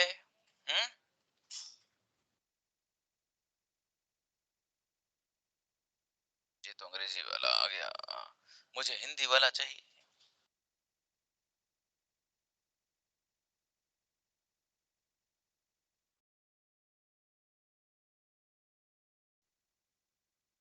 हाँ जी, कोई किसी भी तरह से, मुझे फिजिक्स से कोई मतलब ही नहीं है, मुझे तो बच्चे चाहिए, है ना, सामने मासूम मासूम से बच्चे पढ़ बैठे हो, उनसे उनको चाहे फिजिक्स पढ़वा लो चाहे कुछ ही पढ़ा लो, है ना, ये तो मिलने का एक बहाना होता है, फिजिक्स इज है ना, ये जिंदगी जीने का तरीका, मतलब एक माध्यम है, बाकी तो बच्चों से मिलना ही तो है जीवन, नहीं, इतने मासूम मासूम से बच्चे जिनकी आंखों में खूब सारे सपने होते हैं, जो अपनी जिंदगी में कुछ हासिल करना चाहते हैं, बच्चों से सीखने को बहुत कुछ मिलता है ना, सबसे बड़ा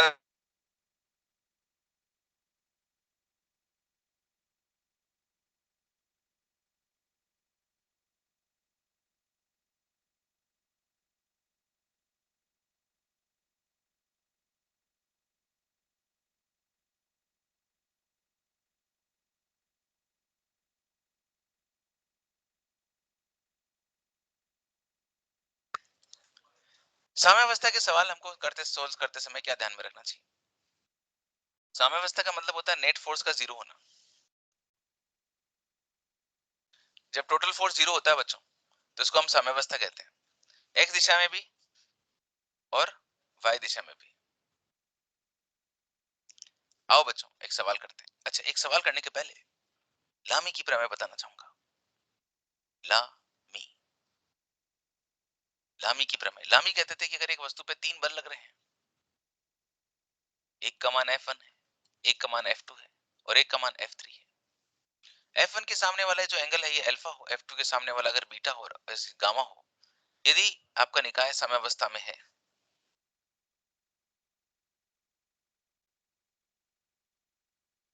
तो लामी कहते थे कि F1 अपॉन साइन अल्फा बराबर F2 अपॉन साइन बीटा बराबर F3 अपॉन साइन गामा। इसको कभी देखा है बच्चों लामी की प्रमेय? F1 upon sine alpha, F2 upon sine beta and F3 upon sine gamma बराबर, ये तीनों बराबर होते हैं बच्चों, इसको लामी की प्रमेय कहते हैं।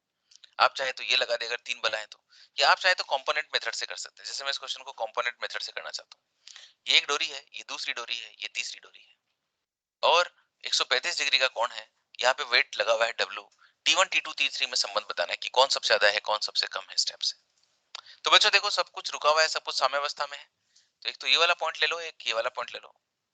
तो बच्चों एक बात बताओ कि जैसे अगर मैं आपसे कहता हूँ कि यहाँ पे टेंशन T1 है, यहाँ पे टेंशन T2 है और यहाँ पे टेंशन T3 है। अच्छा W की बात करो तो इधर W है और यहाँ पे टेंशन कितना है T3। ये W ना ऊपर जा रहा है ना नीचे आ रहा है, इसका मतलब T3 का मान किसके बराबर है? W के बराबर। जैसे मैंने T3 तो निकाल लिया, आपको T1 और T2 निकालने हैं बच्चों। एक्चुअली क्या है, इस डायग्राम को जैसे मैंने यहाँ पर बना लिया और नीचे की तरफ क्या बच्चों T3, लेकिन T3 का मान किसके बराबर है? W के बराबर। अच्छा बच्चों अब एक देखो ये वाला कोण कितना है? 135 डिग्री। तो ये 90 डिग्री है तो ये कितना हो गया? 45 डिग्री हो जाएगा ना। करो T3 का मान जैसे निकाला ना, ऐसे T1 T2 के मान निकाल के बताओ।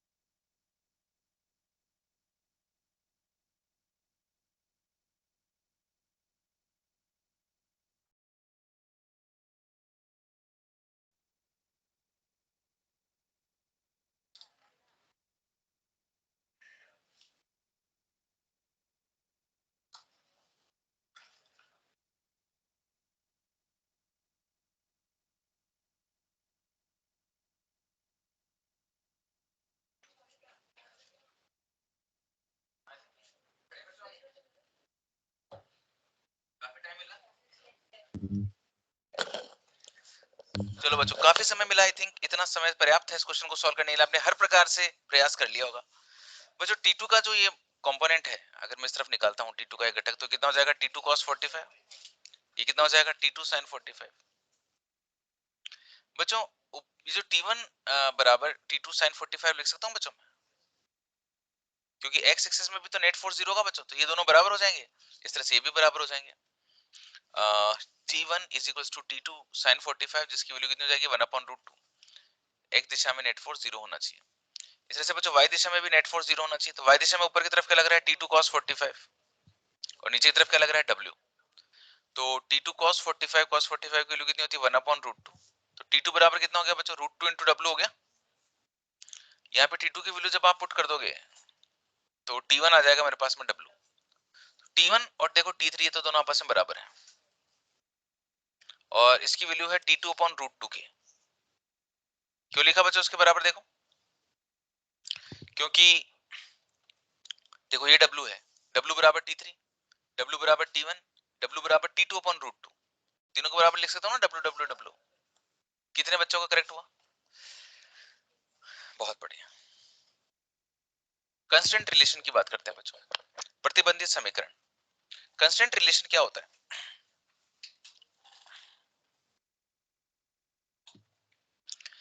बच्चों रस्सी या रोड की लंबाई नियत होती है, आपको पता है। कहीं भी कोई रोड दे रखी है, उसकी लंबाई नियत होगी, इसलिए उसकी लंबाई के अनुदिश हर बिंदु की चाल क्या होती है? समान होती है। जैसे एक बहुत इंपॉर्टेंट लाइन है, देखो उसको क्या मतलब है। जैसे ये एक दीवार है और ये नीचे फर्श है और एक इसके ऊपर एक सीढ़ी ऐसे लगी हुई है ना। तो अब सीढ़ी की लंबाई कितनी है? L है। अब जब ये सीढ़ी फिसलेगी बच्चों, मान लीजिए फिसल के नीचे की तरफ आती है, तो सीढ़ी की लंबाई तो वही रहेगी ना जितनी है। तो अगर ये वाला पॉइंट इस तरफ जाएगा तो ये वाला पॉइंट किधर जाएगा? नीचे जाएगा।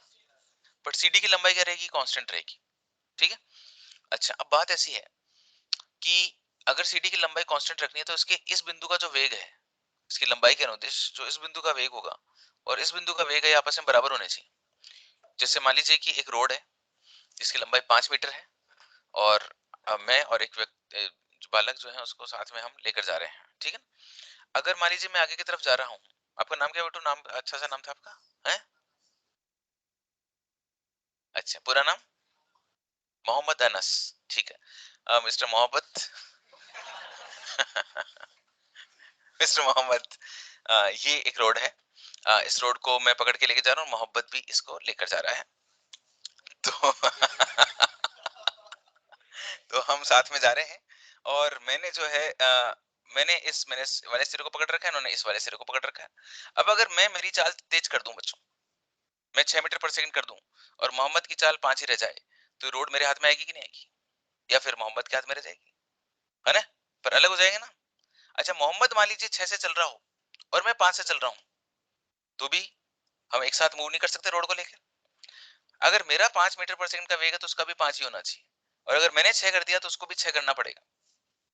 मैंने अगर 4 कर दिया तो उसको भी 4 करना पड़ेगा, तभी हम इस रोड को साथ में लेके चल पाएंगे। अंडरस्टूड, है ना? अदरवाइज रोड से संपर्क छूट जाएगा।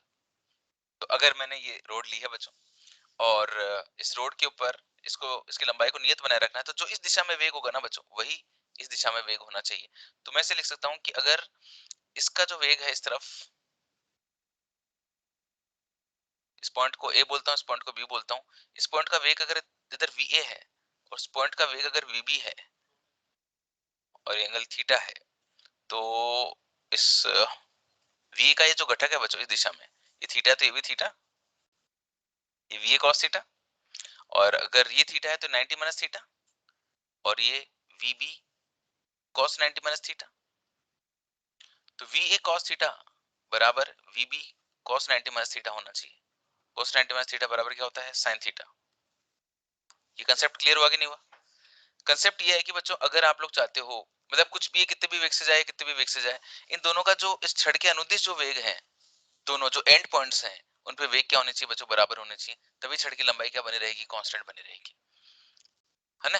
जैसे एक छड़ है और ये वाला जो एंगल है यहाँ पे 60 डिग्री है और मैं इस छड़ को ऐसे ऊपर की तरफ उठा रहा हूँ।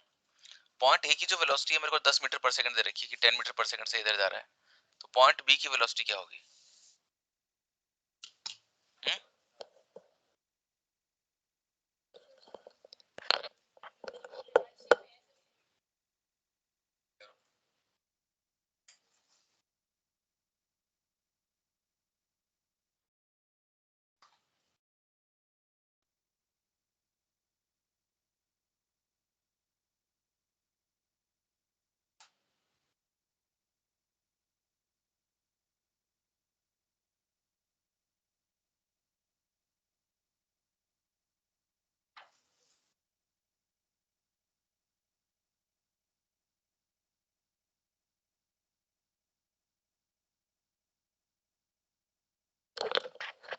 हाँ जी बच्चों, ऑनलाइन वाले बच्चों आप लोग इंटरेस्ट ले पा रहे हो बच्चों, क्वेश्चन सोल्व कर पा रहे हो?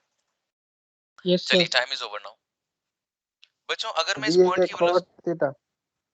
हाँ फाइनल आंसर बताओ मेरे को कितना आ रहा है बच्चों। इस पॉइंट की वेलोसिटी जो है वो इधर की तरफ va है, और इस पॉइंट की वेलोसिटी अगर vb है तो va का इस दिशा में घटक कितना हो जाएगा बेटा, va cos अल्फा, है ना, छड़ की लंबाई के अनुदिश इसका घटक। और अगर इस पॉइंट की वेलोसिटी vb है तो इसका छड़ की लंबाई के अनुदिश घटक निकाला, ये 90 माइनस अल्फा, ये 90 माइनस अल्फा, तो ये भी 90 माइनस अल्फा। vb का इस दिशा में घटक हो जाएगा vb cos 90 माइनस अल्फा। तो vb cos 90 माइनस अल्फा की जो वैल्यू है छड़ के अनुदिश जो उसका घटक है वो va cos अल्फा के बराबर होना चाहिए। cos 90 माइनस अल्फा बराबर कितना होता है, sin अल्फा। vb की वैल्यू अगर मुझे चाहिए हो तो va cot अल्फा, बिल्कुल सही एक बच्चे ने आंसर दिया था। va की वैल्यू कितनी है बच्चों, 10 एंड cot 60, cot 60 का मतलब 1/10 60 मतलब √3, इतना मीटर पर सेकंड, है ना। आपका जो कितने बच्चों का करेक्ट हुआ है, ठीक है। अपना जो दिया हुआ है ना क्वेश्चन बी एक्सरसाइज में, उसका आंसर गलत दे रखा है, उसमें 10 इंटू √3 कर रखा है, आप उसको करेक्ट कर लेना, 10/√3 होगा ये। श्योर है? अगर आप सिंपल उसमें त्रिकोणमिति लगा के करोगे तो वो 10 इंटू √3 भी आ जाएगा, पर वो फिर सिर्फ आंसर ही आता है, फिर वो सही नहीं है कॉन्सेप्चुअली। बच्चों एक केस है, इसमें क्या है बच्चों, एक ये डोरी है। चलो ये करने के पहले मैं एक बार अटेंडेंस ले लेता हूँ, तो मैं फिर मैं भूल जाऊंगा।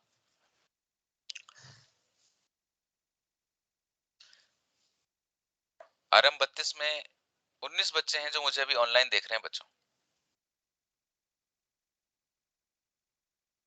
बच्चों देखो ये बच्चे हैं, Nancy, Ashish, Abhishek, Ankita, Harsh, Hemu, Jaydeep, Kashmir, Kishan, Pinky, Priyanshu, Rajesh, Hrithik, Sangeeta and Shailendra, Sumit, Sunil, Suraj and विशाल।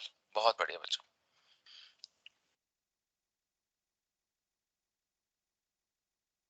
देखिए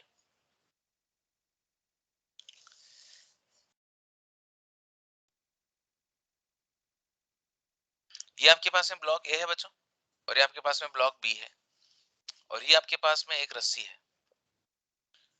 ये जो इस तरह से मोशन कर रहा है कि इस पॉइंट का इस तरफ जो वेलोसिटी है बच्चों वो va है, और ये एंगल कितना है, θ1, और इस पॉइंट की वेलोसिटी यहाँ पर vb और एंगल θ2 है। तो बच्चों ये जो रस्सी है ना, जो डोरी है, इस डोरी के अनुदिश जो वेग है वो हमेशा क्या रहना चाहिए, सेम। तो ये वाला जो घटक है बच्चों वेलोसिटी का, और इधर ये वाला घटक, ये आपस में क्या होना चाहिए, बराबर होने चाहिए। ये बराबर होंगे तभी इस डोरी की लंबाई क्या बनी रहेगी बच्चों, नियत बनी रहेगी। बताओ क्या रिलेशन होना चाहिए।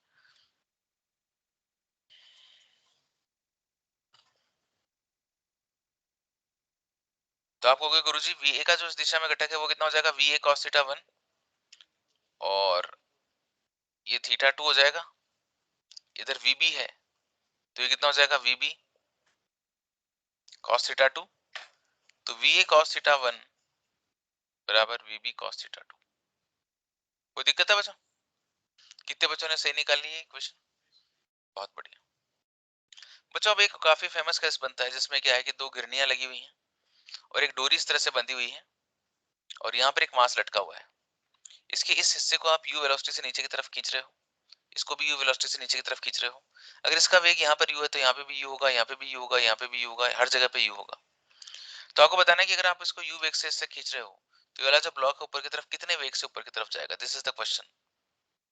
इसकी वेलोसिटी ऊपर की तरफ कितनी होगी बच्चों, इसकी वेलोसिटी कितनी भी हो ऊपर की तरफ, ये तो तय है कि रस्सी के हर बिंदु का वेग कितना होगा, u। कहने का मतलब ये हुआ कि इस दिशा में जो वेग है ना बच्चों वो कितना मिलना चाहिए, मुझे u मिलना चाहिए। तो इस v का इस दिशा में घटक कितना हो जाएगा, v cos थीटा। देखो दो चीजें, या तो मैं इसका घटक इधर निकालूं या मैं इसका घटक इधर निकालूं, ठीक है ना। मेरे लिए जो कंडीशन है ना, कंस्टेंट इक्वेशन, प्रतिबंध से वेग, प्रतिबंध मेरे लिए ये है कि इस दिशा में वेग कितना होना चाहिए, u होना चाहिए। तो मुझे इस v का घटक निकालना पड़ेगा इधर, न कि u का घटक इधर निकालना होगा। तो इस v की वैल्यू इस तरह से होगी कि इस v जो भी ये v है उसका अगर मैं यहाँ पे घटक निकालता हूँ तो उसका मान u के बराबर आना चाहिए, v cos थीटा बराबर u। तो v बराबर u अपॉन cos थीटा। बच्चे इस क्वेश्चन का आंसर डायरेक्ट याद भी रखते हैं, बहुत ही स्टैंडर्ड क्वेश्चन है। कोई दिक्कत है बच्चों? No problem.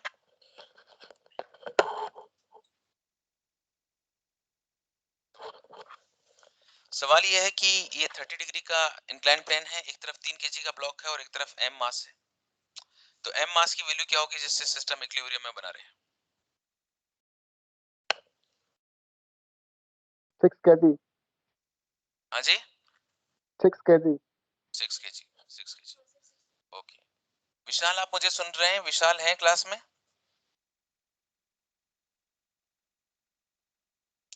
Vishal, are you listening me?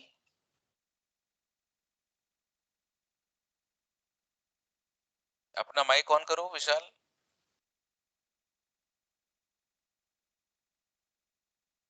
आपका नाम तो शो हो रहा है लेकिन आप शायद सुन नहीं रहे हैं। हाँ जी बच्चों, इधर की तरफ कितने बच्चों का 6 kg आ रहा है? बच्चों इस तरफ कितना बल लगेगा? 30। और इस तरफ क्या लगेगा बच्चों? mg sin theta.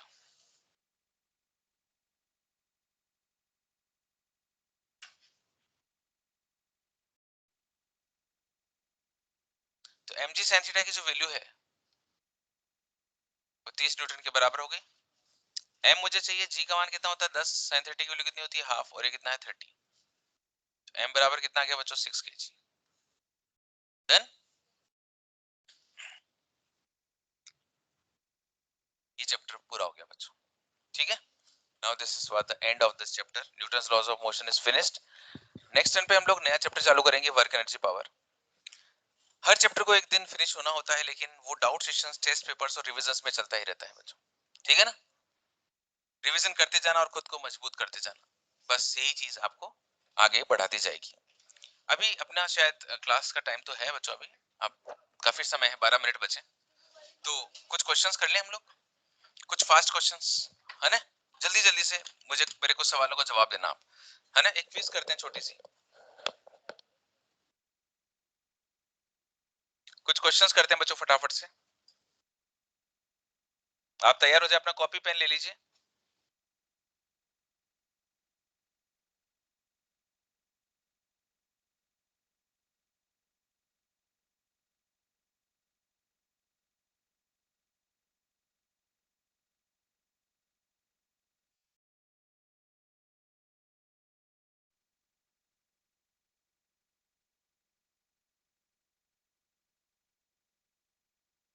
आप लोगों की स्क्रीन पर पहला सवाल आ रहा है।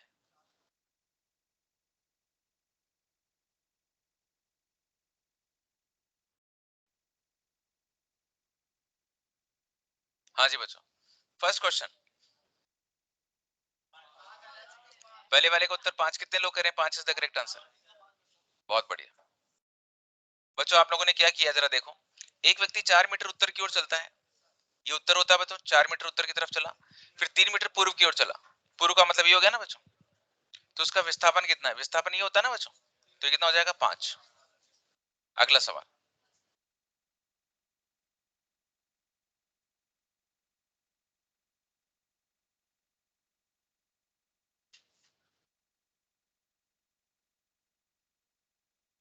गुटका का मतलब ब्लॉक, ये गुटका है। क्षैतिज से 30 डिग्री के कोण पर एक धक्का बल लग रहा है, मतलब ऐसे।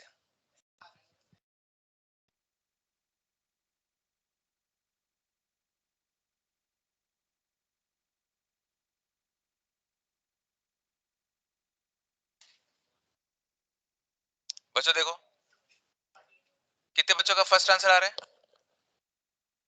कितने बच्चों का सेकंड, थर्ड एंड फोर्थ। देखो बच्चों, अगर ये 50 है तो ये वाला घटे कितना हो जाएगा? 50 cos 30।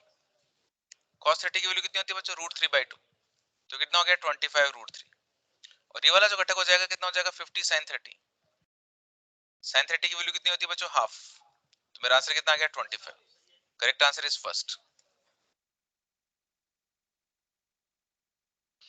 निम्न में से कौन सा कथन सत्य है? सही बात कर रहे हैं। सदिश योग क्रम विनिमय होता है। क्रम विनिमय का मतलब मैं a प्लस बी को क्या मैं b प्लस a लिख सकता हूं? तो ये सत्य हो गया। दो सदिशों का व्यकलन क्रम विनिमय होता है, मतलब a vector minus b vector बराबर क्या मैं b vector minus a vector लिख सकता हूं? नहीं लिख सकता। योग तथा व्यकलन दोनों क्रम विनिमय होते हैं? नहीं, योग तथा व्यकलन दोनों क्रम विनिमय नहीं होते, ये बात भी गलत। So the correct answer is first. चलिए जी, नेक्स्ट क्वेश्चन आ रहा है आप लोगों की स्क्रीन पर। घटकों की अधिकतम संख्या क्या होगी जिसमें सदिश को वियोजित किया जा सकता है? मैक्सिमम कितने घटक किए जा सकते हैं? 2 वाले हाथ खड़े करो, 3 वाले हाथ खड़े करो, 4 वाले हाथ खड़े करो और अनंत वाले हाथ खड़े करो। बिल्कुल, हम लोग इनफाइनाइट घटक कर सकते हैं। जैसे एक सदिश मेरे पास ये दिया हुआ है, तो मैं चाहूं तो इसका एक घटक ये और एक घटक ऐसे बना दूं, है ना, ये वाला अल्फा लेके। या फिर हो सकता है कि मैं इसका एक घटक ये वाली एक्सिस पे ये थीटा लेकर एक घटक इधर बना दूं और एक इससे 90 डिग्री पर बना लूं। मैं कैसे भी घटक कर सकता हूँ, कोई जरूरी नहीं है कि मेरे को घटक ऐसे 90 डिग्री पे करने हो। दो घटक किसी अलग अलग एंगल्स पे भी तो हो सकते हैं। अल्फा और बीटा ये एफ है, तो इसको मैं एफ कॉस अल्फा लिख सकता हूँ, इसको एफ कॉस बीटा लिख सकता हूँ, कुछ भी हो सकता है। समझ रहे हो बात को? अगला क्वेश्चन।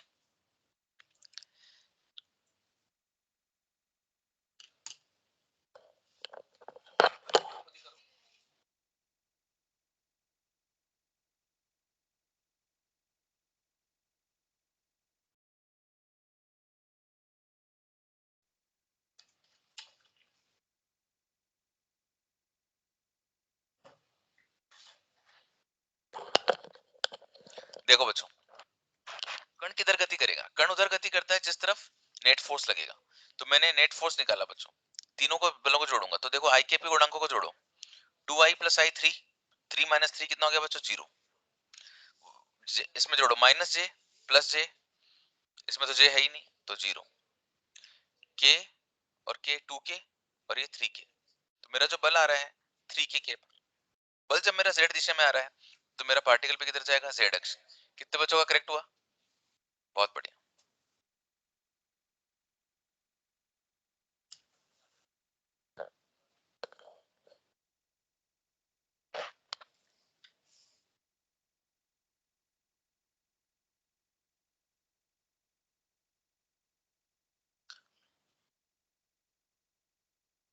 एक कार पूर्व की ओर जा रही है बच्चों, तो प्रारंभिक वेग कितना है बच्चों?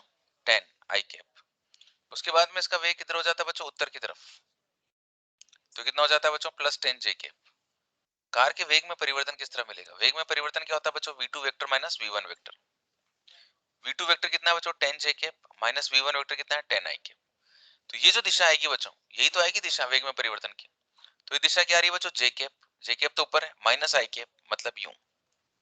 अगर ये जे कैप इधर है और माइनस आई कैप इधर है, तो इसका मतलब इसकी जो दिशा है वो इस तरफ आएगी कि नहीं आएगी बच्चों? ये कौन सा है बच्चों? उत्तर। और ये कौन सा है? पश्चिम। तो मेरा आंसर कितना आ जाएगा? उत्तर पश्चिम। और वैल्यू कितनी आ जाएगी? 10 रूट। कितने बच्चों का करेक्ट हुआ? अच्छा, वैल्यू 10 रूट 2 कैसे आई? आई कैप के गुणांक का स्क्वायर प्लस जे कैप के गुणांक का स्क्वायर। बात समझ में रहे हो बच्चों?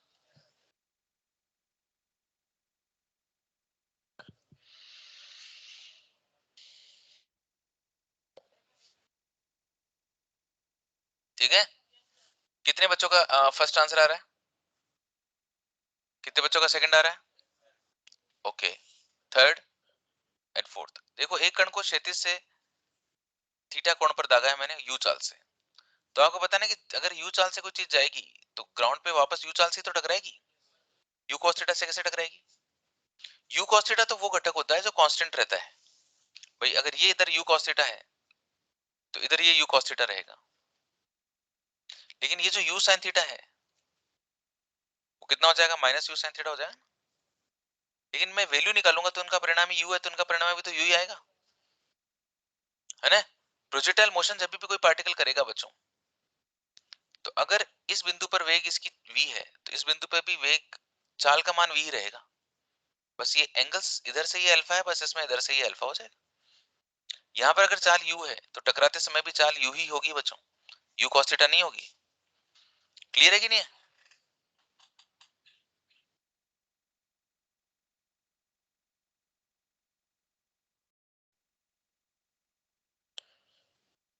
बोलो बोलो।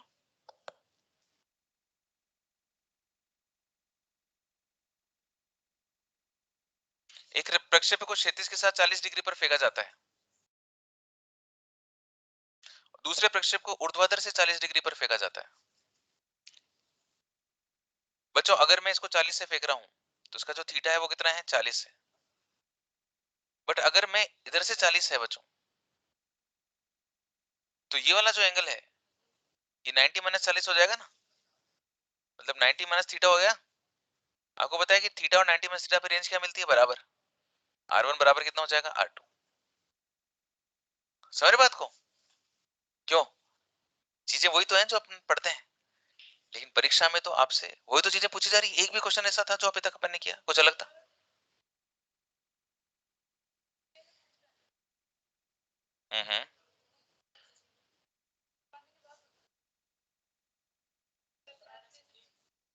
धरातल से टकराने के ठीक पहले, है ना?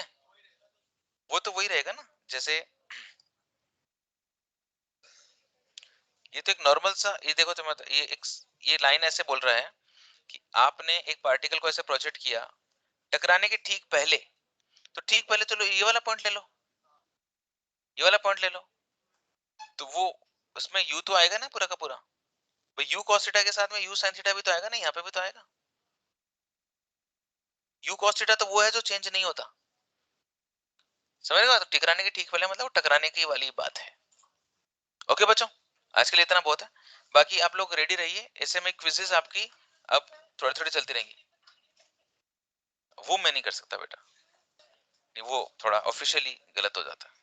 बाकी मैं क्लास में आप निश्चिंत रहो, मैं इतनी क्विजेस करवाऊंगा, इतनी करवाऊंगा कि कोई दिक्कत नहीं है, खूब करेंगे बच्चों, तबीयत खुश हो जाएगी तुम्हारी।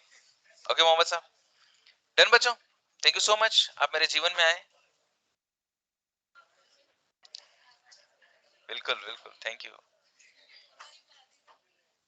अच्छा हो सर गई, बोलो बेटा बोलो। सर आज फिर आप ऑफ है क्या? वो 2:30 बजे से डाउट क्लास में हो क्या? हाँ आज आप 2:35 पे डाउट में आ सकते हैं, कोई दिक्कत नहीं है, डाउट पूछने आ सकते हैं। बेसमेंट में ही सर? बेसमेंट में